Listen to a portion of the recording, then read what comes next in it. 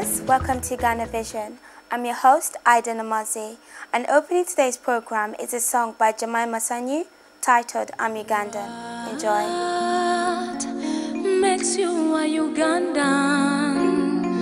Not your passport, not your ID, not even your background. Ekikula mu Uganda nga byokola tebiwesa Uganda kitiibwa mu nsi yonna buli wolaga buli wolaga buli wolaga buli wolaga. I'm a Ugandan.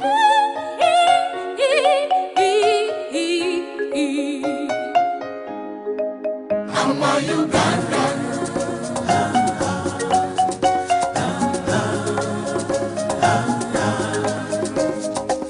Onyoma nyoma emirimu tolinabona kalimu kokola.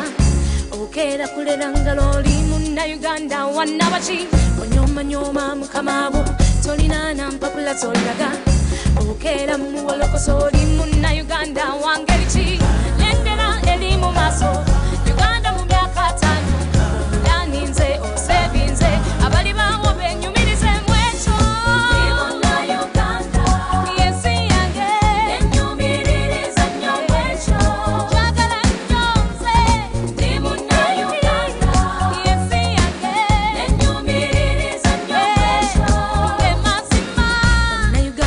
Sazebo tutambulire mu bwenkanya n'enguzi tuje sambe tube banna Uganda baddala tusazeewo tukolere ddala tuzimbe ku musingi gw'empisa n'abatope tubagunjule tufuule Uganda ekyegombesa lengera eri mu maaso Uganda mu myaka 5 yaninze osebinze abali bawo benyumirize mugwe ndi munna Uganda yensi yange enyumiririza nnyo jagala nyonze ndi munna Uganda yensi yange enyumiririza nnyo I'm a Ugandan. What makes a Ugandan? Hey, hey, hey, hey, hey. I'm a Ugandan. What makes a Ugandan? Not your birthright, not your background. Oh yeah. What makes a real Ugandan is your loyalty. Harmony. Wow, what a wonderful song. I could feel it right from the bottom of my heart. Thank you, Sanyu. Now, viewers, what we have for you is a wonderful documentary about tourism in Uganda. If you've been wondering what really is back there, you're going to see, oh, we've got waterfalls, we've got game reserves, as well as other wonderful beauty from our lovely country, Uganda. Enjoy it.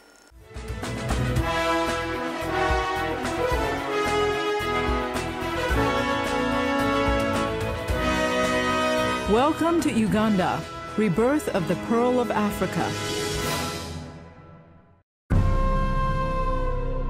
In the land where the East African savanna meets the West African jungle, where the mighty Nile is punctuated by spectacular snow-capped peaks, where only the people's warmth can silhouette the patchworked wildlife. Welcome to Uganda, the Pearl of Africa. Uganda's reputation as Africa's friendliest country stems partly from the tradition of hospitality common to its culturally diverse populace, and partly from the remarkably low level of crime and peaceful reception rewarded to visiting tourists. Uganda is unique. It is only one of the 3 places in the whole world which are right on the equator but have got a high elevation. It's 1,300 meters above the sea. That's why the climate here is very mild. Therefore, we have the best of everything. We have the best of the weather. We have the sun all the time, all the year round, and yet it is never very hot. President Museveni has transformed the ruins of Idi Amin and Milton Obote's Uganda into an economic miracle. He has instigated the philosophy of self-sufficiency and anti-corruption. On the one hand, the economy is growing very fast. It is growing at a rate of 6.5% per annum for the last 18 years. However, it is growing in small enterprises, small, low technology, low investment, high return type of enterprises. Inflation has fallen from 16.1% in the past 16 years to an average 5.2%. Uganda's economic performance has earned praise from international lenders like the IMF and the World Bank. The key economic sectors that have been defining the growth of the economy of Uganda include the fish exports, export of fresh fish from freshwater lakes, currently today estimated at a value of about $100 million per annum. Beyond the fish, we have also been building our export sector on the floriculture industry. And again in this sector, Uganda is exporting flowers as well as vegetables worth not less than $40 million per annum. But still, the country continues to rely on its traditional old exports of coffee and cotton as well as tea. Uganda's transition can be clearly seen in the capital, Kampala. The bright modern feel of this bustling cosmopolitan city, which spreads across 7 hills, reflects the ongoing economic growth and political stability that has characterized Uganda. It is complemented by the sloping spaciousness and runaway greenery of its garden setting. In fine light, we see the fruits of a nation that is ripe for international cooperation. The people of Uganda, the workforce, the business community are very special. I think any businessman who comes to this part of the world will find that immediately they land. Uganda is also a very fertile land, and business can thrive from the agricultural point of view because we have no seasons. We have a constant, what I call a temperate climate, and I think that is a big advantage. Also, I think in Uganda, the government has provided a very positive platform for the private sector to invest. And I think it's one of the few countries where you can come here and you can actually get all your permissions and everything within a very short period of time. And that encourages people to invest and try to come here.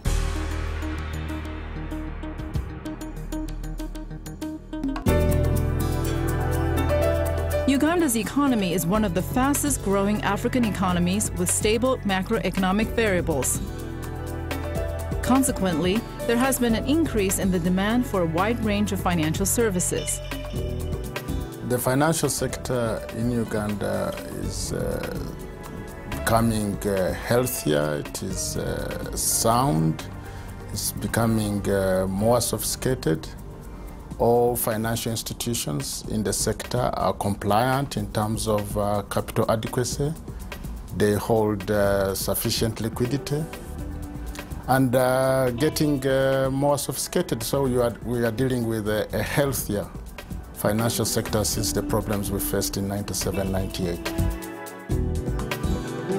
Financial sector reforms are a part of the broad structural adjustment, and stabilization programs constitute the most remarkable development in this sector. The overall objective of the financial sector reforms is to increase competition and efficiency in the sector.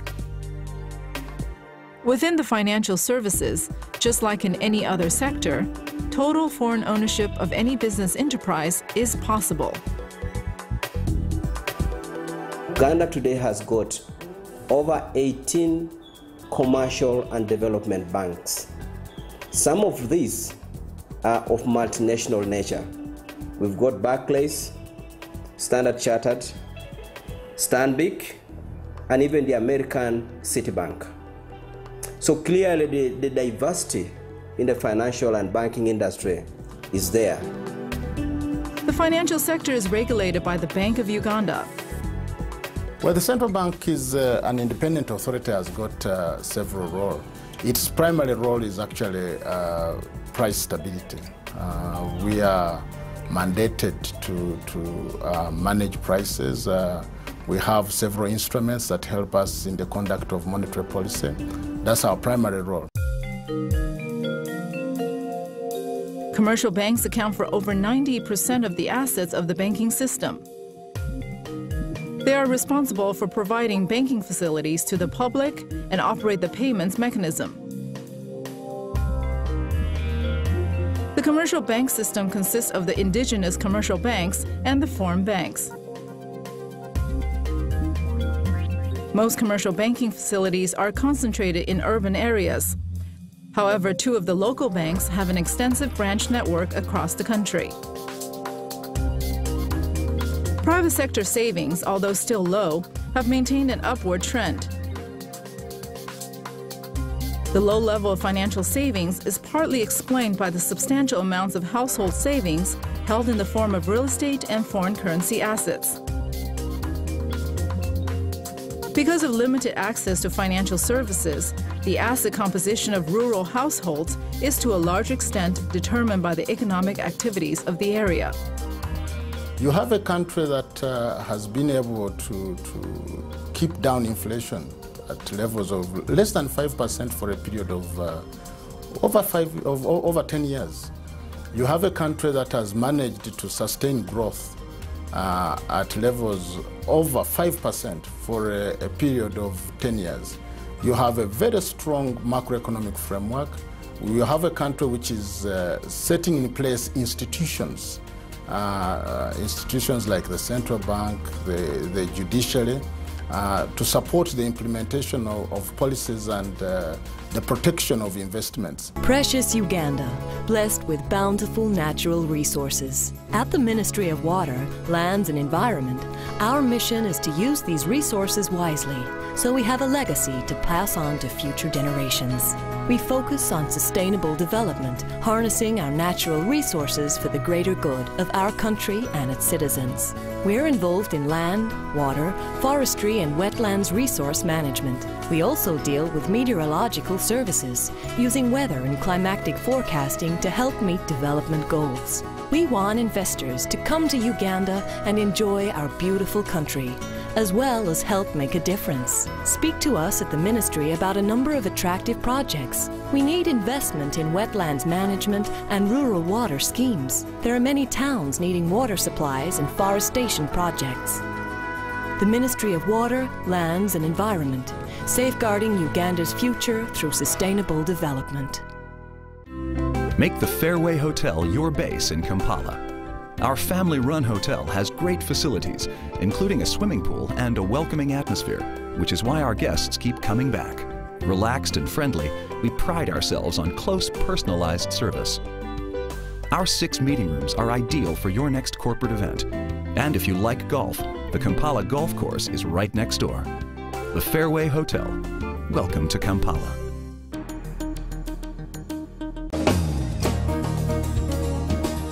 As Uganda has attracted a majority of bilateral and multilateral donor funding, the result is that a good portion of the infrastructure has been rehabilitated. The government has managed to rehabilitate most of the roads, airfields, and also has developed several industrial sites. And there is more. We have plans to build 2 completely new suburbs around the city, in different directions around the city. And we also plan to regenerate some parts within central Kampala into places that look more beautiful than they do today. We are at the beginning of plans also to develop a commercial center close to Entebbe Airport, where we can accommodate industrial and commercial companies that wish to locate in Uganda. And finally, we have plans also to expand university accommodation in the city of Mbarara in the southwest of Uganda. Presently, only a small proportion of the population, mostly in urban areas, enjoys an adequate level of infrastructure services. To the majority who live in rural areas, services are either inaccessible or unavailable. The Ministry of Water, Lands and Environment is working at improving this on several levels. We are engaged with computerization of the land information system, transformation of the hitherto paper land titles into electronic card titles, and mapping the whole country to secure all the land surface of Uganda, apportion it to appropriate holdings by government, by communities, by institutions and individuals, as well as wetlands and reserves and rivers and lakes. Then on the waterfront, we are engaged in trying to reach every Ugandan with safe water within the shortest time possible. We are struggling to ensure that by 2009 all Ugandans get safe drinking water, and by 2015 all Ugandans have safe sanitation. Uganda has an extensive road network of sealed and unsealed roads. Driving in Uganda is quite an experience and is probably the best way to see the country. Getting to the remotest area is usually uncomplicated. The fastest growing network of over 1,200 miles of tarred roads is supplemented by over 3,700 miles of high-quality dirt roads and feeder routes. Air transport is of strategic importance to the nation as it guarantees an alternative gateway to the rest of the world. It provides the most efficient and quickest transport means to and from Uganda. There's a myriad of national and international airlines operating at Entebbe International Airport. Today, the Ugandan telecommunications sector is one of the most liberalized in Africa and reflects the government's widespread economic reforms. The entry of a second national operator and 3 mobile networks has revolutionized the sector. All market segments are experiencing strong growth, while total tele-density is still low at less than 5%.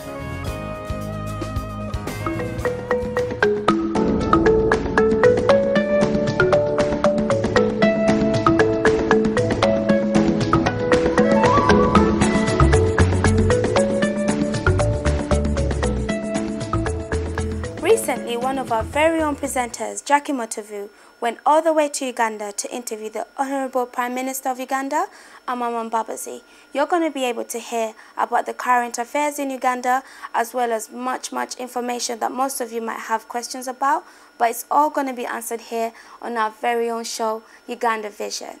For those just tuning in, we're normally here from 7 p.m. to 8 p.m. Ben TV, Sky Channel 184. Stay tuned. Good evening, ladies and gentlemen. Welcome to Uganda Vision Channel 184 Ben TV. I'm here at the offices of Prime Minister in Kampala, Uganda. Yes, I'm going to introduce you another friend I've managed to get on my trip in Uganda, Mr. Amama Mbabazi. Yes, I'm bringing you a live interview. We're interacting with him to get to know who exactly is Amama Mbabazi. It's the first time he's in office as a Prime Minister. We're going to see what he advises us people, or you people in diaspora, how to invest in Uganda.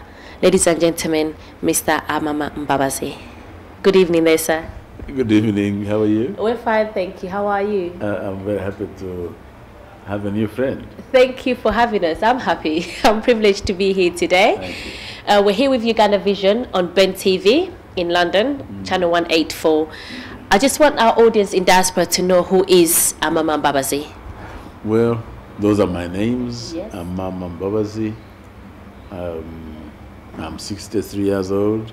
I turned 63 on January 16th. Oh, you don't look 63. Thank you. And we were at Chankwanzi. Okay. And we had big bull roasting. Was there a lot of dancing? Yes, we did a lot of dancing. And yeah, that's it. What more do you want to know? Well, are you married? Any grandkids? Yes, of course. I am married, happily married. Of course. 3 days ago, I got my 8th grandchild. Wow, congratulations. Thank you. And 2 months ago, I had twin grandchildren. Really? Mm. Wow. So that's why you see me beaming You're with beaming happiness. with delight. Yeah. I mean, with the people in diaspora out there, would love to know what are the opportunities for them to return here in Uganda? Well, of course, Ugandans are free to come back to Uganda. We are very grateful for the contribution they have made to the development of Uganda, because many people in the diaspora, Ugandans, have made incredible contribution to the development here. And I want to use this opportunity to say thank you. But they are welcome back. Investment opportunities are great in Uganda. The economy is growing. When we took power, you know, the economy had more or less collapsed. The only hydroelectric power station that the British left with us, with an installed capacity of 180 megawatts, had almost collapsed. When we took power in 1986, they were producing only 60 megawatts. We increased it, expanded it, and only last week, I think it was, I had the pleasure and honor to commission the first turbine of the new Bujagari hydropower project with 50 megawatts. And that brought us to 635 megawatts. So it's a big leap, of course, from 60 in 86 to 635. But the demand for power, because of the growth in the economy, is so strong that we simply must keep up with that demand. So the economy is growing. We are trying to do the infrastructure. The oil is coming, hopefully, in the near future, now that we have signed the production agreements. So, yes, our people are welcome back to invest. The opportunities here are immense. We're reaching 50 years of independence, October this year, and I know in London there's a lot of celebrations already being planned to take part. It will be after the Olympics. What are you guys planning to do here?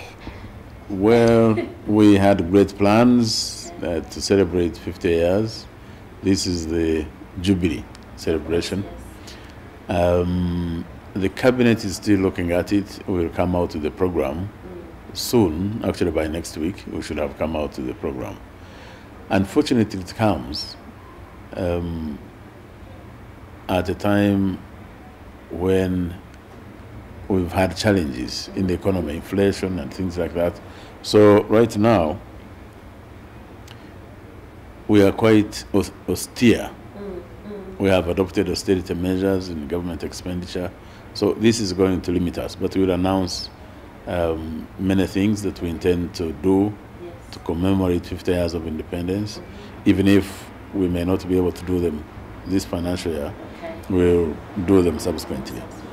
Okay, that's brilliant. I mean, with regarding to the Olympics, we're hoping our committee will be there in full swing. Yes. And what would you say to the people in diaspora that haven't got the Olympic tickets yet to come support our Uganda committee? What would you say? Please come out in big numbers, support your compatriots. I think we are going to send a very strong team. Our sports is also growing. It's a pity that we are not in the Africa Cup finals now. We missed, we missed by just a point. Yeah, so it was, well, sometimes in soccer, there's a bit of luck. Of course. And we're doing well in athletics. We've been harvesting a few medals. And I think we'll do much better in the Commonwealth this time than we've done in the past. So I would like to urge Ugandans, those who are near in the UK and even in Europe, to come and cheer your own home team. We should. With regarding, I mean, with the publicity that's feeded back to diaspora, it's a bit of on the backside or a bit of negativity into it. Where can we get a project where we could preview this as in a positive way of what you guys are doing back home? Yes, the NRM government has not been very strong on publicity, on our public relations. And especially the opposition and other negative forces have taken advantage of this to depict Uganda very negatively. whereas the opposite is actually the case. I can tell you, for example, that Uganda is stable. Maybe we are one of the most secure countries in the world. Kampala City has been voted the safest city in Africa. Wow. I'm not sure about the rest of the world, but the safest city in Africa. You know very well. Yes, it's a great thing. Uganda has been voted the best destination for tourists, 2012. Yes. The other day, I was reading the New York Times. They listed the best destinations in the world, and Uganda was listed. Oh, brilliant. And one of their comments was that, you know, the international community knows that Uganda is stable. Of course, we have tourist attractions and so on, but people have their safety first and foremost in mind when they choose a country. And they made a comment that the demonstrations notwithstanding, which we had earlier on this year, last year, did not really seriously raise doubt in people's minds about their safety in Uganda. So, yeah, I think we ought to invest a little more in marketing ourselves to the world, because we have a lot to give to offer to the world. And in the coming months, you'll see a lot of change. So I hope you'll take advantage of that as well, so that you can inform your people. I will be happy to receive you here. Thank you. And maybe in other departments of government. Of course. So that, everyone. yeah, yes, that will be great. Yeah. When was the last time you were in the UK? Oh, it's not recent. It's a couple of years ago. Okay. Yeah. I used to be a frequent guest in the UK, but this was by the nature of duties I performed then. But now I don't travel much. I'm mainly here. Okay. Well, we look forward to seeing you in the UK, and would love, obviously, the public to meet you as well, you know? Yes. I think the last time, or one of the last visits I made to the UK, I actually visited those studios. What is it? Ben. Oh, yeah, Ben TV Studios. Ben TV Studios. Yes. And I was in a talk show, a live talk show. Many people called. Nice. They called in, yeah. It was great. Well, I said I'll be sending the invitation to Mr. Mbabazi before the Olympics and, of course, for the celebrations of the Golden Jubilee. I just want to take this opportunity to say thank you very much for having us this afternoon. He's a very, very busy man, and you've taken time out to educate us and let the people in diaspora know exactly what's happening back home. Any messages out there for the people in diaspora? Well, as I said, it's my pleasure to talk to you. I would like to extend a direct invitation through Ben TV and Uganda Vision. Do come to Uganda. Come to support the Ugandan athletics team in the Olympics, in the Commonwealth. In the Commonwealth as well? Yes, in the Commonwealth. The Olympics are not around the corner yet, but in the Commonwealth. Okay. And come to Uganda, continue supporting Uganda. You can do so even from outside. We truly appreciate what you are doing. That has been Mr. Amama Mbabazi. I hope you've been briefed or educated or knowledgeable a bit about coming back and investing in Uganda. I've been here with Abe Video. He also does Photo Lab, emikolo jonna, embaga, birthdays, gwe kyonna ky'oyagala. Ono mwami gwena okuddukirira gwe mbadde naye kugina emirimu gye twali tukola with the Prime Minister n'ebyo byonna bye munaalaba. Nsigadde ndi muzikulu wa Nsamba, Jackie Matovu. Mubeere bulungi.